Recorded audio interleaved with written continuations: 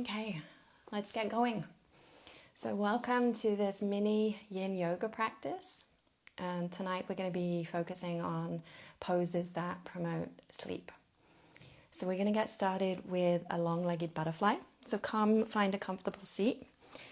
Then bring the soles of your feet together, knees out wide. And for the first couple of breaths, just sit up tall. So let your hands fall wherever they will. Sit up tall, close your eyes. And just use these first opening moments of your practice to arrive. And just check in with what you might be bringing to the mat with you today.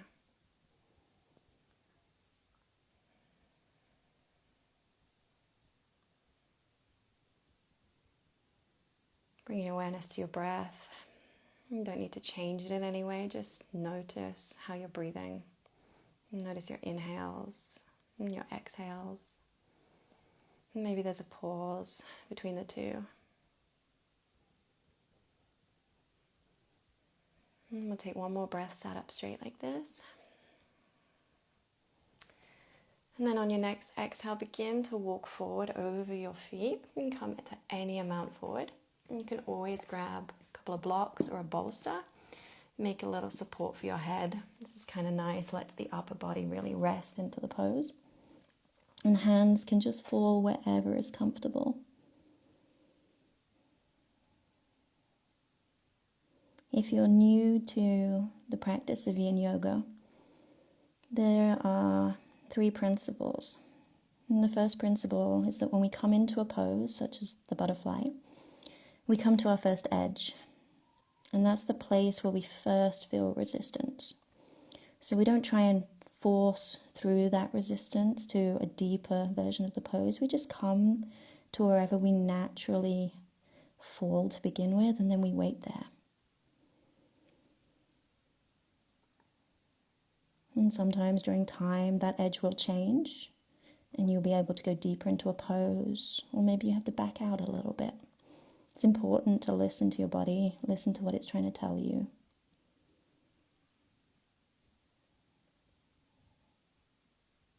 And the second principle is stillness. So when we've come into a pose and we found our edge, we become still.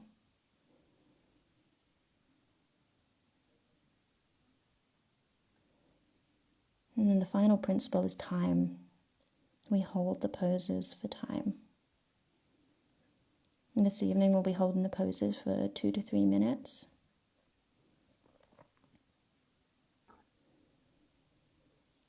So just notice anything your body is telling you in these long held poses. If it's dull, achy sensations, that's good. That's what we're looking for. Anything pinchy or painful, maybe back out a little bit of the pose and see if it goes away. If not, then maybe come fully out of the pose.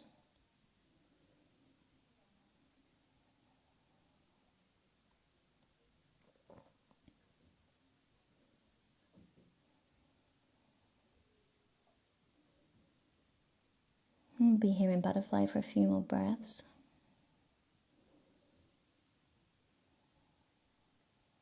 And when we exit our poses in Yin, we want to exit them mindfully, slowly, carefully. There's no need to rush anything in Yin Yoga.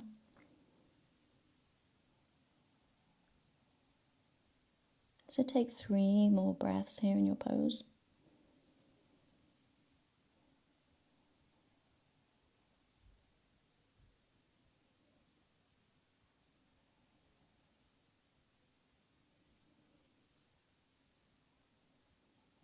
And then in the bottom of your next exhale, slowly begin to lift yourself back up. If you were using any props, you can just move them to the side and lean back, release those hips. You can take both legs long, give them a little bit of a wiggle. Sometimes feels good to do a little bit of dynamic movement, so you can put both soles of the feet on the ground, take a few windshield wipers, just dropping the knees from one side to the other.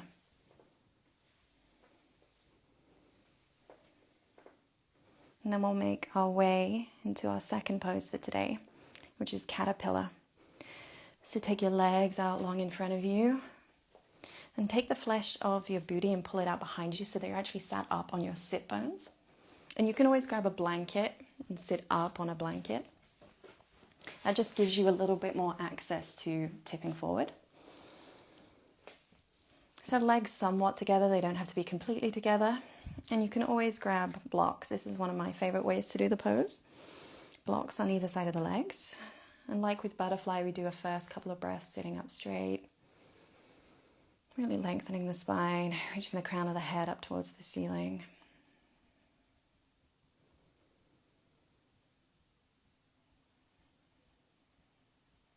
And then next time you exhale, begin to lean forward. And the reason I like to put blocks on the side of my legs is because it gives me somewhere to put my elbows to make a little shelf for my head. So this can be quite relaxing. If it's very hard for you to lean forward, bend your knees. You can bring the soles of your feet to the ground, and that may allow you the space to bend forward even more. You can also stick a bolster under your knees, blankets, or just blocks. So come to whatever your variation of the pose is today. And just double check in with your body that you're not pulling yourself into the pose. In Yin, we want a very passive variation of the pose. We're not grabbing our feet and yanking ourselves down. So wherever you naturally come to, that's your edge.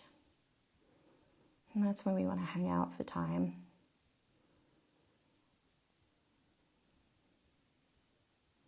In Yin, we're targeting the deeper tissues. So the bones, the fascia, the tendons, the ligaments, the joints. And all of these tissues need to be stressed over time. So that's why in Yin Yoga we stay in the poses for much longer than we might do in a vinyasa class.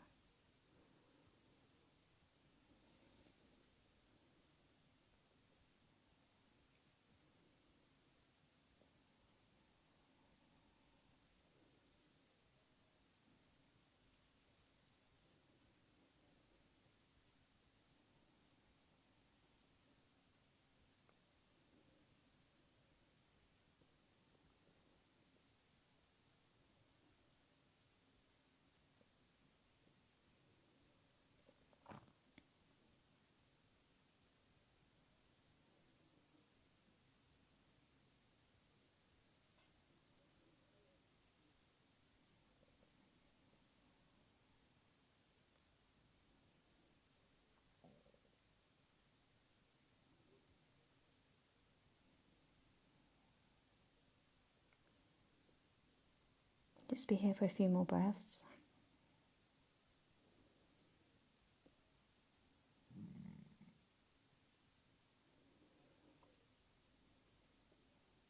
So next time you exhale, slowly to begin to roll up. If you have any props, you can just move them to the side. And between poses, it's kind of whatever feels good for your body. You can do some windshield wipers just to release the legs. If you're craving a little bit of a back bend, you can come into tabletop. So soles of the feet on the ground, palms of the hands on the ground with your fingers pointing towards your toes. And then inhale, lift the hips. And if it feels good in your neck, you can drop the head back. And then exhale, bring it down and take a couple of those. And again, this is all optional. We're just taking a few short dynamic movements in between our static poses.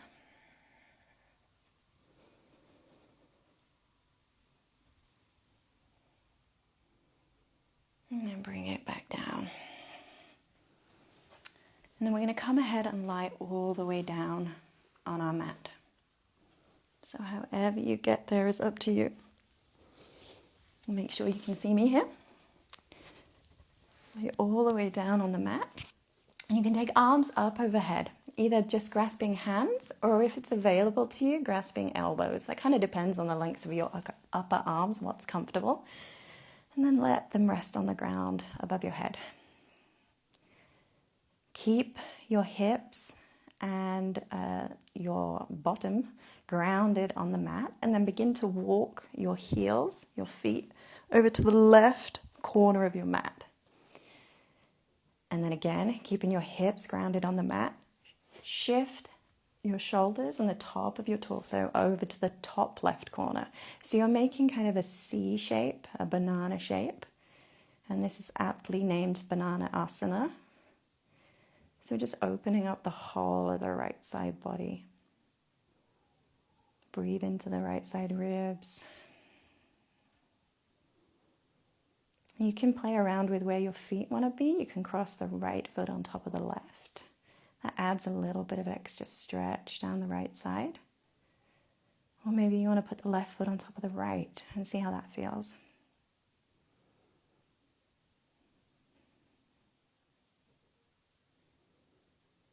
And check in with your shoulders here. If you're feeling anything pinchy, you might be compressing a nerve, so you can bring your arms down. The arms above the head, it's just completely optional.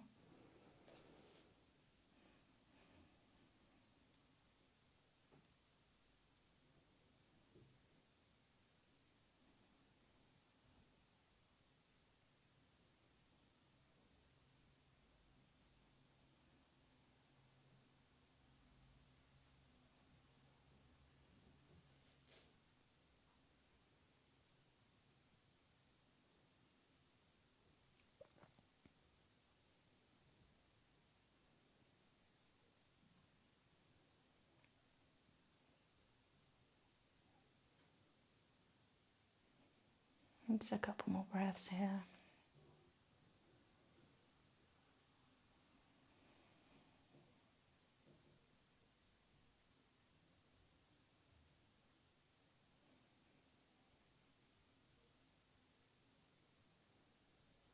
If you have the arms clasped above the head, just release them a little bit and then wiggle your torso and your head back to center and then walk your legs back. And before we move on to the side, just to the other side, just check in here and just laying here straight, flat on your back. Can you feel a difference between your right side and your left side? Maybe your right side feels a little bit more open. You have a little bit more space between the ribs.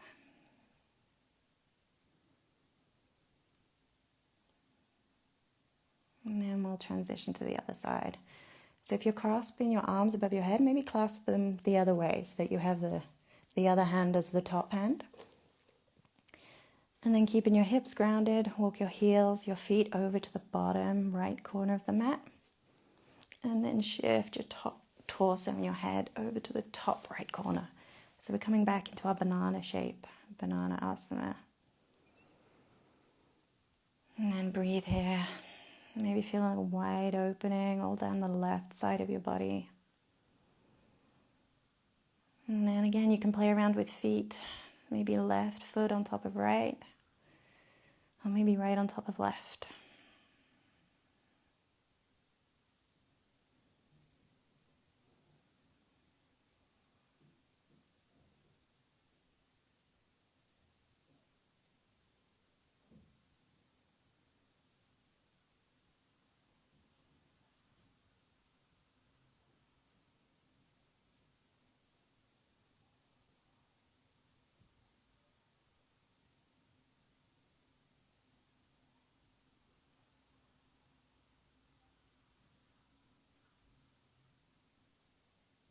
Just take a few more breaths here.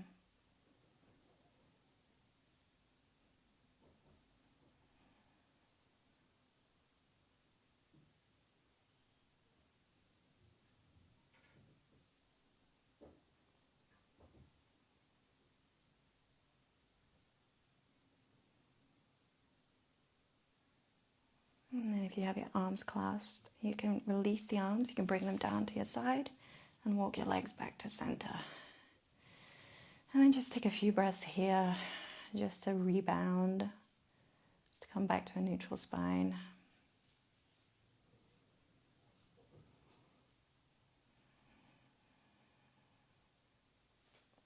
And then bring the left knee in towards the chest. And wrap the hands around the knee.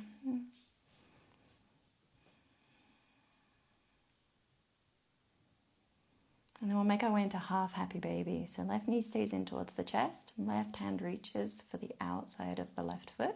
If that's not available to you, you can have both hands behind the left thigh. So left hand to the outside of the left foot, then sole of the left foot points up towards the ceiling. The right leg can stay long, or you can bend it and the sole of the right foot can come to the mat. If you want to keep your right hip grounded down, you can use your right hand as a little bit of a paperweight on top of that hip. And then push your left foot into your left hand.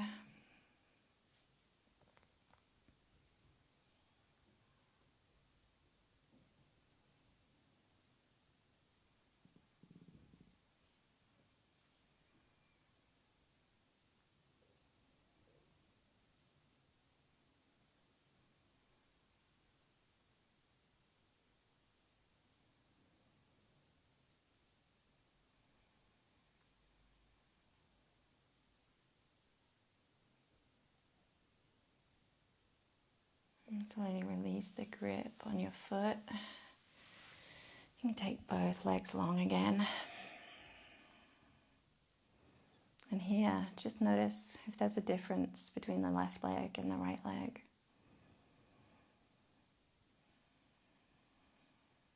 And then right knee comes into the chest.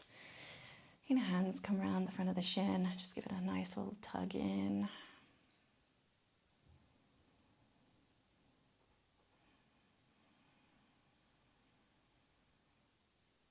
And then half happy baby on the right side. So option to just grab the back of the thigh, or if it's available to you, right hand comes to the outside of the right foot. And then option to keep that left leg long, or put the sole of the foot on the floor. And left hand is kind of my grounding mechanism to keep my left hip down on the ground.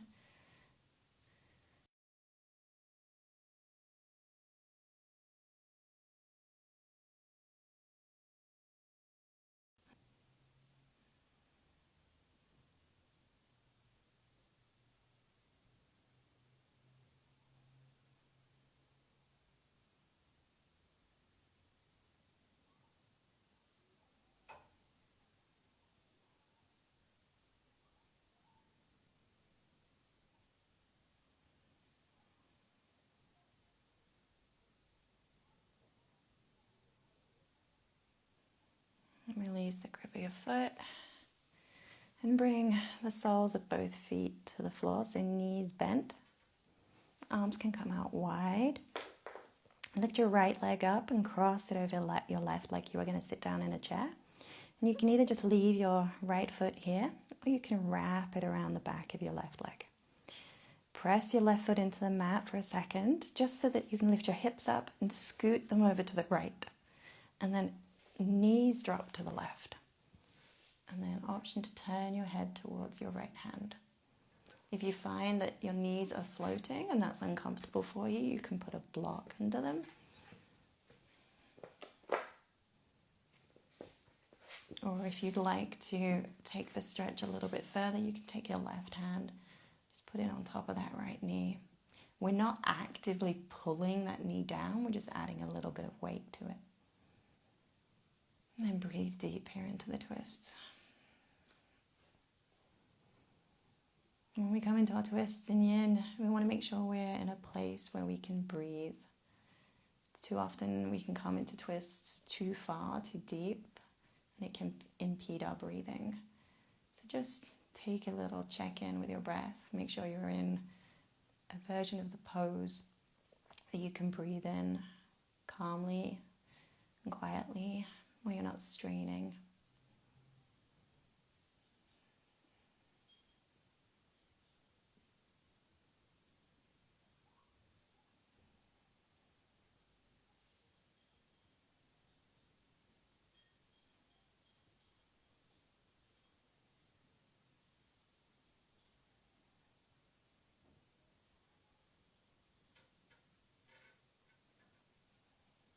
And just a couple more deep breaths here.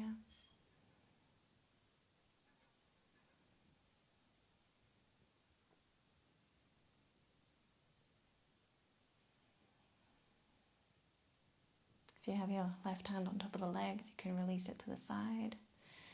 Bring the legs back up to center slowly. Bring the hips back to center and then unwind the legs. And right here, it might feel good just to take a moment of stillness, or it might feel good to take some windshield wipers, dropping the knees from side to side.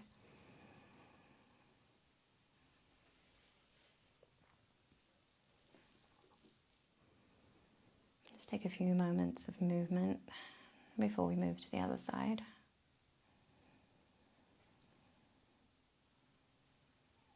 And then slowly come back to center. Soles of both feet on the ground, knees bent. And then lift the left leg up, left leg crosses over right. And you have the option of the left leg just floating, or left leg can sneak around the back of the right leg. Push into the right foot, lift the hips up, scoot them over to the left, and then both knees fall over to the right. Option to look towards your left hand. Again, you can stick a block or a bolster or a blanket under that knee if you don't like it floating, or you can have the right hand on top, just adding a little extra help to gravity in the twist.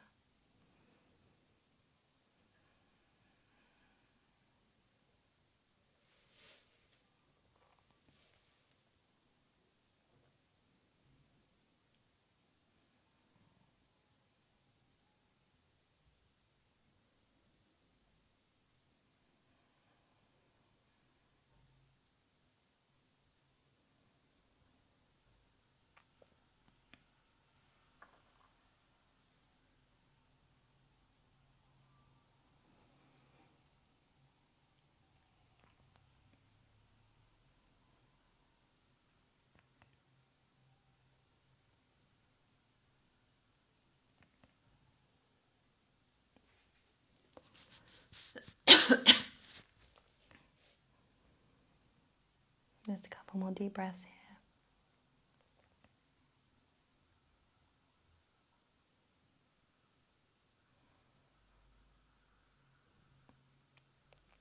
You release the hand from the knee if you're holding it. And then slowly, mindfully bring the knees back up to center. Bring the hips back to center and unwind everything. And then just take a moment again and just see how that feels in the body.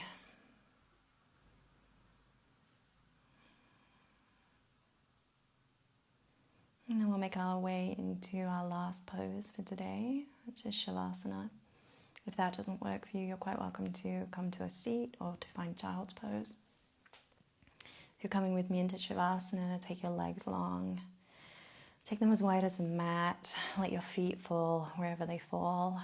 Arms out to the sides, palms face up. You can wiggle your shoulders underneath you a little bit.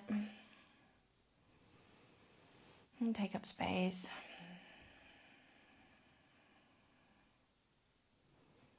And feel the ground beneath you supporting you. And just become heavy on the mat.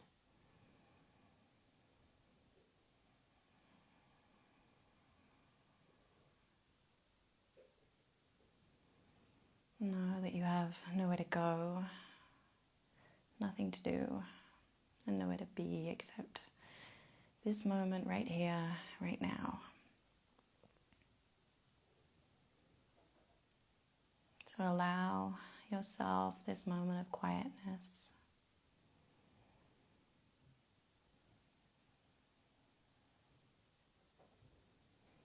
And just do a quick body scan. Just see if you're holding tension anywhere. And just notice if it's possible to relax even more than you already are.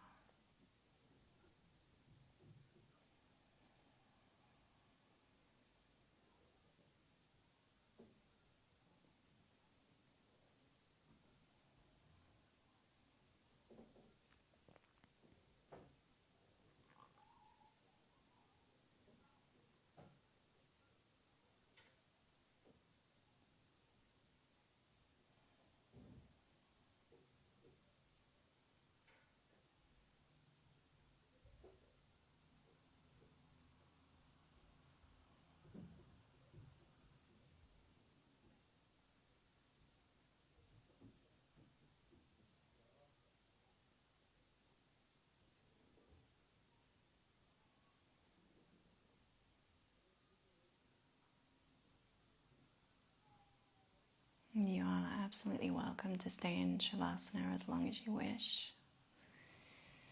If you would like to exit with me, then slowly begin to deepen your breath.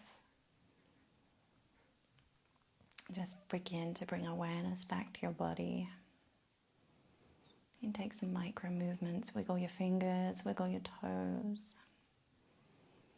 You can roll your head from side to side.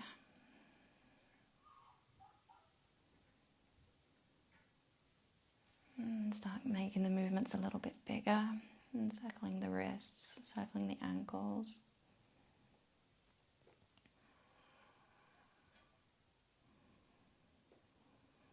Every time we exit from Shavasana, it's like a rebirth. We have the opportunity to leave anything that no longer serves us on the mat and to walk away from this practice refreshed, renewed. You can slowly take your arms up overhead. Take a full body stretch. Really reach in every direction. And then pull it in the other direction. So bring your knees into your chest. Wrap your arms around your knees. Give yourself a nice big hug.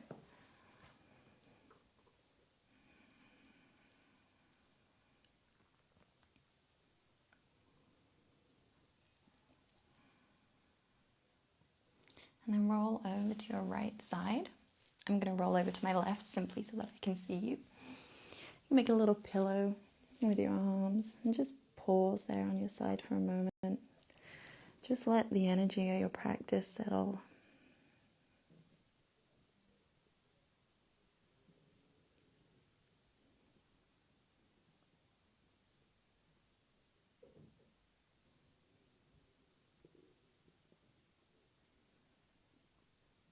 And then slowly, keeping your eyes closed if possible, lift yourself up to a seated position. Whatever seated position works for you.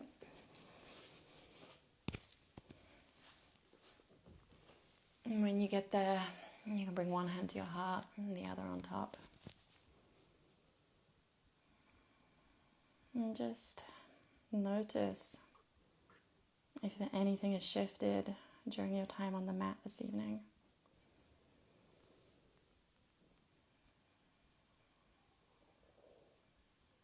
I like to end my practices with gratitude. So offer up gratitude to your body for allowing you to practice. Gratitude to yourself for finding the time, for being present. And gratitude to your breath for being your guide, your anchor into this moment.